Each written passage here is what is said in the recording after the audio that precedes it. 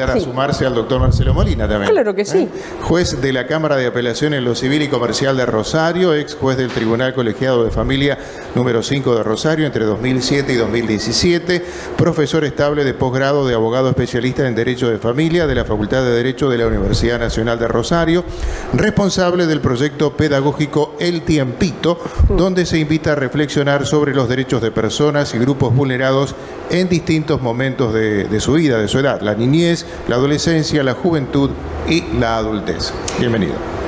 Gracias por venir, Marcelo. Gracias a vos por la invitación. Y antes de ir al tema, porque estás empujando, como siempre, cosas muy interesantes, yo esta mañana, créeme que cuando leía a la colega del diario La Nación, que hizo una crónica muy interesante sobre los chicos que se van a dormir sin comer, y me acordé de vos, porque bueno, lo escribe en una manera un poco literaria. Entonces dice que el chico le pregunta a la mamá, pero mamá, ¿por qué hoy, por qué no vamos a cenar? Y que la mamá le dice, porque la heladera a la noche descansa. Yo inmediatamente me acordé de aquella historia que produjo tanto, ¿no? De ese chico que vos le dijiste, no, espera un poquito, un tiempito. Sí. Eran dos nenas y un nene. Sí. Y la más grande pregunta dijo, estamos buscando una mamá y un papá, vos sos el que nos va a dar una mamá y un papá. Y me dice, ¿cuánto tiempo falta? Y yo le contesté, un tiempito. Claro. Y ahí ella me pregunta, ¿cuánto tiempo es un tiempito? Claro, ¿no? Claro. Fíjate qué pedazo de pregunta. Qué pedazo de pregunta, enorme. Igual que este nene, que más allá que sea fabulado, no el contexto, pero no la realidad, de mamá, ¿por qué? ¿Por qué? Mira, la psicóloga Alejandra Mendizábal, que tiene mucha trayectoria aquí en Rosario, ella una vez me dijo, dice, ¿sabes lo que es un tiempito para un nene en esa situación? Dice, la diferencia entre sobrevivir y empezar a vivir. ¡Apa! Mirá qué reflexión enorme, ¿no? Diferencia entre sobrevivir y empezar a vivir. Claro. Maradona contaba una anécdota muy parecida de su familia, que él decía que cuando era chico su madre siempre le dolía la panza a la noche y que los únicos que comían eran ellos. Y que cuando era grande se dio cuenta de por qué a la mamá le dolía la panza a la noche, ¿no? Porque el hambre duele, no es un eslogan, el hambre duele. Cuando no hay algo adentro, duele. Yo antes de ir a esto que tiene que ver con todo, que vos estás empujando, quiero agradecerte porque tu trabajo y esto que después hiciste es una obra de teatro y bueno, es tratar de crear conciencia. Entonces, sí. Y muchas veces cada uno en su vida habitual, el tiempito, ¿no? Bueno, no, espérame, a veces lo hacemos con nuestros mayores y no vas a pasar a darme un beso, pero ya cuando tengo un tiempito voy. Mira, nosotros entendemos que en la base del proyecto El Tiempito está en que el derecho es de la gente. El derecho no es de los jueces, no es de los abogados, ni de los estudiosos, ni de los políticos, de nada, es de la gente. Y si la gente no sabe cuáles son sus derechos, estamos complicados y estamos perdidos. Claro. Por eso la idea de pedagogía y de divulgación de derechos. Sí, ahí los chicos están mostrando, nuestra directora, esto que vas a hacer en septiembre, octubre y noviembre. 14. Está encargado. Perdón, ahí está. Todo el mes de los sábados o no sé qué día de septiembre. 3 sábados de septiembre. Bueno, lo que los periodistas no podemos dejar de preguntar si hablamos de derecho de familia. Bueno, eso me parece fantástico. Es que lo que sucede es que tiene que haber una alianza fundamental entre periodismo y Poder Judicial. Y sistema judicial, no Poder Judicial. El sistema judicial completo, abogados, peritos. Tiene que haber una alianza, cada cual en su rol, obviamente. Y lo que tenemos que empezar es por conocernos. Entonces, ya hicimos hace poco unas jornadas que eran ¿qué no debes dejar de saber al leer una sentencia judicial? Claro. Que la dividimos en dos, en civil y penal, para periodistas. Y esta segunda parte es empezar a ver el derecho de familia, pero desde la noticia. Claro. Es decir, ¿qué es lo que al periodista le interesó? ¿Cómo se abordó? Y la institución jurídica puesta sobre la mesa para destriparla, no para hacer docencia. Hoy o ayer, no sé, uno de estos días, tal vez Marco, que está más en la información que yo, hubo una sentencia en familia para pagarle un remis, creo, que obligue, ¿no? Algo por el estilo. Hay una sentencia de Familia 5 de los jueces Duto, Bojanic y Sanzarric, que incluye en la cuota alimentaria un rubro como para atender por la seguridad. Claro, los gastos adicionales que genera la inseguridad. Claro. Yo siempre aclaro estas cosas, ¿no? Son casos individuales. Claro. Si no, no se puede generalizar para todos los casos. Claro. Quizá en esa familia, por las características que tenía, ellos requerían de algún tipo de gasto adicional que el juzgado no tuvo en cuenta a la hora de fijar la cuota alimentaria. Claro, pero no es un derecho general, digamos. No, porque la cuota alimentaria responde a cada familia. Claro. O sea, cada familia tiene necesidades distintas de otras familias. Y en esto de preguntar, ¿no? A mí, que no soy periodista que tiene que ver con lo judicial, me interesa, leo como me interesa todo, pero siempre puse el acento en decir cómo se la rebusca un juez para que el chico no sea el botín de ahorro, el botín, digamos, entre un papá y una mamá. O el rehén. O el rehén, ese es el término, Marcos, el rehén. En los jueces, en algún punto, tenemos las manos bastante atadas por lo que la gente nos viene a proponer. Es decir, el juez no es un investigador, el juez de familia, sino es que sale a investigar los casos. Claro. Los casos son traídos al tribunal por las personas. Y te digo que cuando en una familia los adultos no cesan en la pelea, es muy difícil de retrotraer. El juez de familia como tal, en sí mismo, él no tiene esas herramientas, las herramientas las tienen los psicólogos, las personas que traten a esa familia. El juez sí puede ir ordenando y estableciendo límites a partir de lo que la gente le pide también, y en algunos casos límites muy duros, que puede pasar, por ejemplo, cuando hay obstaculización del contacto o cuando hay no pago de la cuota alimentaria, que también es una vulneración de un derecho muy, muy severa. Establecer algunas cosas que funcionan bien, como por ejemplo, no vas a salir del país, o no vas a poder ir a ver el clásico. Claro, eso es otra de las algunos límites que los jueces empiezan a poner a partir de que los abogados se lo propongan. Los abogados siempre hay que tenerlos muy en cuenta en esta situación. Los jueces no es que inventan, no, los jueces, en función de lo que el abogado le propone, y quizás sí haya un margen, así de decir, bueno, y encontrar algo que los haga que duela. Lamentablemente. O una multa económica, que también en algunos casos puede doler. Ahora, si no tenés de dónde cobrársela, no sirve para nada. Claro. Ahora, si le gusta ir a ver a Central Bañurs o al equipo que sea, y vos le prohibís eso o le prohibís salir del país a una persona que tiene ingresos, bueno, las cosas empiezan a cambiar. Claro. Y ese tiempito del que hablamos, ¿se está cortando ahora el tiempito de lograr una adopción o lo que pasa es que muchas veces esa pregunta se hace desde el punto de vista de los padres o de las personas que quieren ser padres adoptivos. Y en verdad el que nos interesa a nosotros es el tiempito del chico que está con sus derechos vulnerados en su familia de origen, sobre el cual hay que hacer algún tipo de decisión y esa decisión no se toma. Y ese tiempo que pasa, fíjate que decíamos del diario La Nación de esta mañana, ese tiempo nosotros no lo podemos medir con nuestros relojes. Claro. El tiempo del hambre o el tiempo de la sed, yo tengo un caso muy claro de una situación ya en familia adoptiva donde empiezan a decir, che, ¿por qué buscan agua permanentemente? ¿Por qué están buscando agua? ¿Por qué permanentemente tienen que tener una botellita de agua? Y era porque en su primera infancia y hasta el momento en que la dirección de niñez lo saca de su familia, lo que no había en la casa era agua. ¿Cuánto te aguantás la sed? Y decime para vos, ¿cómo respondés? ¿Cuánto tiempo es un tiempito? ¿Qué otra pregunta o qué preguntas, vos que hace rato estás de este lado del mostrador del periodismo, crees que es necesario enseñar a formular o inducir a formular o que figure en la agenda de los periodistas? Mira, creo que hay una primera cosa que pasa por la capacitación en el derecho, en los elementos más elementales, o sea, los elementos, ¿no? Claro. Del derecho, como para cuando uno hace la información poder trasladar eso con exactitud. Mira, hay un ejemplo típico. Dicen familia solidaria, dice el máximo que tiene que estar son 6 meses. No, no son 6 meses.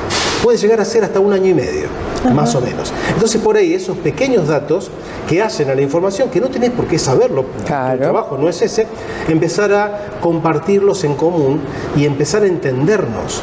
Entender que el juez no tiene por qué ofenderse en función de la noticia periodística, no tiene que hacer de eso una situación de molestia. No, la noticia es lo que tiene que ser y para eso somos funcionarios republicanos, ¿no? El juez puesto en la sociedad, y a su vez esto, empezar a ver esos pequeños detalles. Y muchas veces pasa por entender que lo que se relaciona con el fuero de familia se relaciona necesariamente con los derechos humanos puestos en la calle.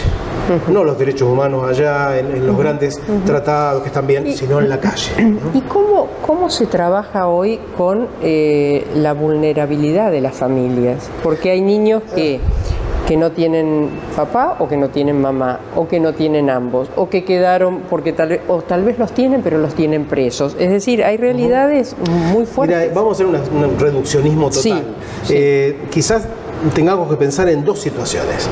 Está la del chico que tiene una cierta contención familiar. Por ejemplo, imagínate, murieron los padres, pero están los abuelos, entonces son los tutores. Claro. Son las respuestas tradicionales del derecho de familia. Y a su vez están esos chicos en donde los adultos responsables son los vulneradores de sus derechos. Entonces son situaciones muy distintas, que no las podemos encarar de la misma forma. Las respuestas para unos no son las respuestas para los otros. En esta última que estamos hablando, y ahí tiene mucho que ver el Poder Ejecutivo, en esencia, porque es el que tiene la responsabilidad de las medidas excepcionales y además las medidas de protección integral, educación, salud, la lucha contra la pobreza. Todo eso tiene que ver con las políticas públicas que hacen a la niñez. Sin eso, el Poder Judicial mucho no puede hacer. Si las situaciones de pobreza siguen siendo las que estamos viviendo, es muy difícil poder remontar situaciones de marginación educativa, posibilidades. Entonces, es ahí donde hay que poner el acento, en la política pública. Tengo claro que sos juez de familia, pero nuevamente estamos hablando sobre la baja de imputabilidad y digamos, cada vez se va más para abajo. ¿Qué los especialistas en la materia que uno ha hablado, jueces de menores de aquí de Rosario, penalistas, sociólogos, te dicen que la baja de la edad de imputabilidad en nada se relaciona con la disminución del delito, sino que tiene que ver más bien con una respuesta sancionatoria, ¿no? Porque la hiciste, te las hago pagar. Pero no está relacionada con la solución del problema. Si la solución del problema pasa por otro lado, por esos aspectos que antes hablábamos. Muchas veces esto responde a darle a la sociedad una respuesta que la sociedad está buscando y se comprende, porque cuando un adolescente, porque de adolescente estamos hablando, comete un delito y el delito afecta a tus bienes, a tus personas o a la de tus seres queridos, es comprensible que la reacción sea una reacción bastante limitativa, ¿no? Ahora, los funcionarios públicos y quienes tienen que diseñar las políticas públicas tienen que estar en una situación de mayor reflexión a la hora de hacer las cosas. Y bueno, quizás la cosa tampoco pase en el otro extremo, porque un chico menor de 16 años que comete un delito sea devuelto a su casa y no pasó nada. Eso no puede ser tampoco. Claro. No puede ser tampoco que bajemos la edad de imputabilidad a niveles tipo Inglaterra de 10 años o cosas por el estilo, pero tampoco que un menor de 16 años, una persona menor de 16 años que comete un delito, no reciba prácticamente ningún tipo de asistencia ni ningún tipo de reacción por parte del Estado. Volviendo a la relación del periodismo y el sistema judicial, esa premisa de que el juez habla solamente a través de sus sentencias está Mira, yo creo que esa premisa en el siglo XIX ya atrasaba. Sí, pero la tenemos hasta el día de hoy. No todo el mundo en el Poder Judicial opina de esta forma. A ver, la obra de teatro, ¿cuánto tiempo? Un tiempito es un desafío hacia esa forma de encarar la función judicial y el periodismo.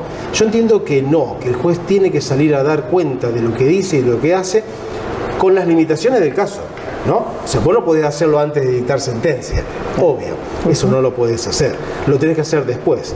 Pero en aquellos casos que es importante, el juez tiene que salir y tiene que dar una explicación y dar cuenta de eso que... Y bajar a tierra también, a veces algunos términos que son... Claro, pensar que el juez está en un pedestal y que es un príncipe, realmente no resiste ningún análisis. Marcelo, ¿se han achicado los tiempos de espera para las adopciones, por ejemplo? En realidad, reitero, o sea, los tiempos de espera pueden ser mínimos o pueden ser eternos. ¿Por qué te digo eso? Porque si vos podés adoptar 4 hermanitos o podés adoptar un niño que tiene dificultades en su salud mental o en su salud física, o que tiene es un adolescente ya que está solo, si vos de esos vas a encontrar inmediatamente para adoptar. Claro. Por eso te hablo de que no se trata de una cuestión de tener mucho cariño para brindar, que obviamente que lo está, sino que uno no es la adopción biológica, es la filiación biológica, claro, es adoptiva. Por ende, una persona puede llegar a decir, mire, yo no estoy en condiciones de hacer eso, tan solo estoy en condiciones de adoptar un niño menor de 3 años, que tenga salud, no tenga un problema de salud mental, o que no, porque me da el cuero para eso, y eso es totalmente legítimo. Claro. Lo que pasa es que más del 80% postula para niños chicos. claro. Y uno solo, y sano. Claro. Entonces, lo que tenemos es, al contrario, la mayor cantidad son niños que son hermanos o que tienen algún problema de salud o algún de ese tipo de situaciones, o que no son bebés. Y la justicia busca que si son hermanitos, la posibilidad de que se intenta de que hasta estén último juntos. momento que estén juntos. A veces no se puede, Claro. pero ese no se puede también hay que trabajar. ¿Sí? Yo tengo casos de cuando era juez de familia de 3 hermanos que terminaron en situaciones distintas de adoptabilidad, pero siguen juntos, se reúnen, los domingos van juntos. No se pudo, pero se pudo. Claro, claro. Sí. La relación al menos se mantuvo. La relación. Mantuvo. Sí, sí, sí. ¿Qué otra pregunta debemos hacer los periodistas? Yo creo que una pregunta importante es saber que quien decide es un ser humano, que tiene su historia y que tiene un posicionamiento dentro del derecho y dentro de la sociedad. Entonces, muchas veces tener en cuenta eso y tener en cuenta que atrás de la decisión, mejor dicho, más que atrás, delante de la decisión, hay una historia familiar individual. ¿Sí? Por ejemplo, la noticia que decías vos de Familia 5 y la cuota alimentaria por inseguridad. Si nosotros, yo la he leído, la verdad que está muy bien expuesta por el periodismo, pero también se podría haber expuesto como una cosa general. Claro. Es decir, la cuota alimentaria debe incorporar, claro, si se dijera así, ahí ya estaríamos en un problema. ¿no? O sea, conocer que eso que vos vas a informar es una situación individual, y que el que la adoptó también es un ser humano que tiene una serie de subjetividades dando vuelta, y tener en cuenta eso. El derecho no es 2 más 2 es 4. O sea que, bueno, todo este trabajo, va a ser los sábados 7, 14, 21 Está en pantalla, María. Ah, está en pantalla. Bien, gracias. De septiembre a la mañana. Sí, Colegio de Magistrados. Colegio de Magistrados, gratuitos. Y bueno, ahí se va a tratar todo: salud mental, internaciones, violencia familiar, género, matrimonio, uniones convivenciales, parentesco, filiación, bueno, todo, alimentos y demás. Y a propósito, ahora que está legalizado las uniones entre personas del mismo sexo y demás, la adopción también contempla, me refiero a esto, o sea, han avanzado sobre la adopción de niños. Mirá, nosotros antes de la ley de matrimonio igualitario ya habíamos otorgado adopciones a parejas de personas homosexuales. Antes. Ajá. En realidad esto es histórico, porque en algún momento estas cosas se disfrazaban como adopciones unilaterales. ¿Sí? En la década del 70, que es tan dura para todos, y por tantas razones. Por tantas razones, sí. Hubo algunas situaciones donde se disfrazaba y quedaba como uno solo, una persona soltera que adoptaba. Luego de la ley de matrimonio igualitario, obviamente que esto quedó más claro todavía, pero no quiere decir eso que haya una mayor cantidad de adopciones por parejas homosexuales. Claro. Las hay en función de cómo se anotan, en igualdad que cualquier otra situación. ¿Sí? Y uno va a buscar para cada chico en función de un orden, ¿no? Hay un orden temporal también, el que se anotó hace más tiempo tiene una prioridad, pero vos vas a ver el caso de ese chico en particular.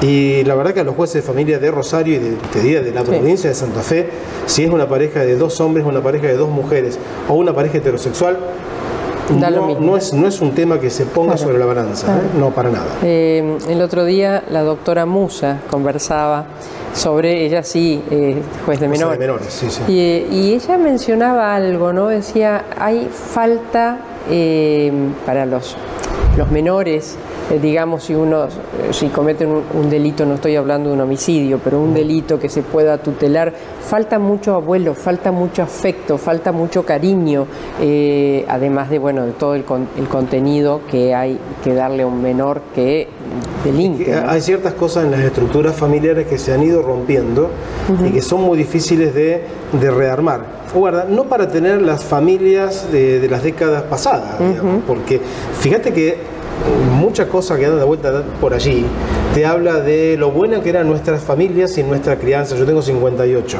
Sí, pero las formas de criarnos es puesto como una cosa hipervalorada. Y guarda con eso, porque tenían muchas cosas complicadas también. Lo que era la relación violenta intrafamiliar era enorme. Alcanza con mirar El Chavo del Ocho, ¿no? Para darnos cuenta de cómo era esa estructura. De eso no se habla. Claro, bueno, de eso no se habla. La cantidad de personas que están buscando su identidad, no por la dictadura también lo hay, pero gente que han sido apropiados de bebé porque se la sacaron a la madre, porque se la dieron a otra persona.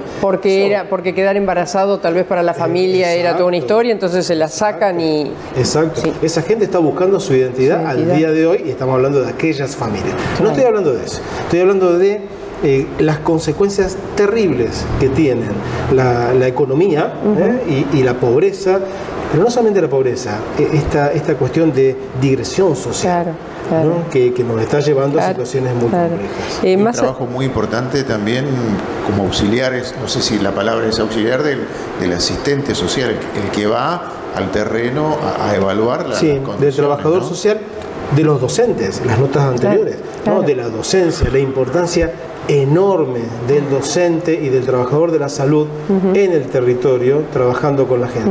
Cuando esa persona vos la tenés pensando en que después del día 15 del mes no puede llegar a servir un plato en su casa, también eso debilita el sistema, ¿no? Marcelo, gracias, gracias por venir, gracias por todo este trabajo inmenso. ¿Y volviste a verlo, a verla? ¿A cuánto tiempo? ¿Es un tiempito? Tenemos una relación muy ¿Qué edad tiene muy cercana, ya tiene 18 años, está estudiando Derecho y sí, sus hermanos, la hermana también cumplió hace poco 15 o 16 y el más chiquito, bueno, a ellos, la familia que los adoptó es una familia maravillosa y bueno, sí, estamos en contacto. Valió la pena ese tiempito. Totalmente. Gracias, Gracias a vos. Marcos. Muy bien, nos dirigió Magdalena Dutra, el sonido de Ivana Didoli, en cámara Alejandro Ansaldi, la producción y coordinación de Liliana Talbosco. Será hasta el próximo miércoles. Muchas gracias,